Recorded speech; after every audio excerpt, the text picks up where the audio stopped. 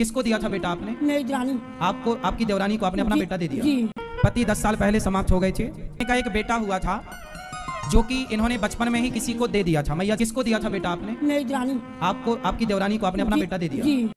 तो उसके बच्चा नहीं था इसलिए? उनके बच्चे पैदा हुए नहीं, फिर से ही मेरा देवर खत्म हो गया। फिर उसके बाद मेरा लड़का को मैं ले दी। तो आपने अपने बेटे को दे दिया? जी। फिर अपना जियो खाओ। फिर आपका बेटा दूसरा हुआ? नहीं, मेरे पास 3 बच्चा थे ना, 3 लड़का थे मेरे को। हाँ। तो 3 लड़का में 2 लड़का मेरा खत्म हो गया। अच्छा, 2 खत्म हो गए। 22 साल का खत्म हुआ और 12 साल का खत्म। और जो दे दिया था वो है? जी, वो है। जी। अब आपके पास फिर बेटा नहीं है। नहीं। तो फिर आप गौरी गोपाल आश्रम क्यों आ गए? तो वो मेरे भतीजा लोग नहीं रखना चाह रहे हैं मेरे को, ना भाई रखना चाह रहा है। और आज मैंने माँ का परिचय इसलिए कराया कि जिस माँ ने अपने उस बेटे को गोद दिया था, आज वो बेटा अपनी माँ से मिलने के लिए आया है। कौन है ये आपका? ये हमारा लड़का है, वैसे नहीं, यहाँ नहीं रहता है, दिल्ली में रहता है। तो जिसे आपने गोद दे दिया था वही बच्चा है ये? जी। ये वही है? जी। ये वही दीपक है जिस दीपक को इनकी माँ ने बचपन में अपनी देवरानी को दे दिया था जब ये 6 महीने का था।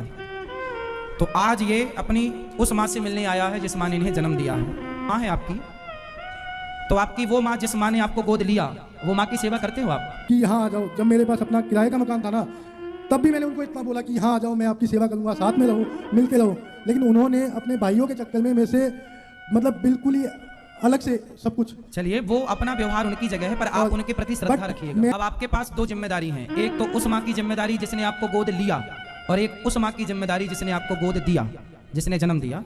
तो आपकी अब 2 माँ हो गई, और 2 माँ हैं तो दोनों की जिम्मेदारी आपकी हुई कि नहीं? जी महाराज जी।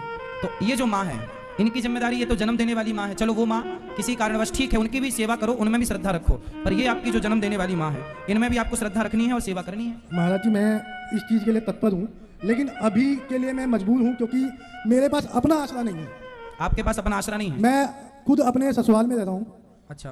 और वही लोग मुझे सपोर्ट कर रहे हैं। मेरे कोविड के दौरान मेरे को नुकसान लग गया था करीब 10-15 लाख का, और मैं उससे उभर नहीं पाया हूँ। मैं नौकरी कर रहा हूँ 20-25 हज़ार रुपये की। ठीक है, नौकरी, परंतु अपनी माँ को ना भूलिएगा। जब समय अच्छा है हमारा, तब हमने माँ की सेवा की, और जब समय बिगड़ा तो माँ को घर से निकाल दिया। ये तो कोई बात नहीं हुई ना?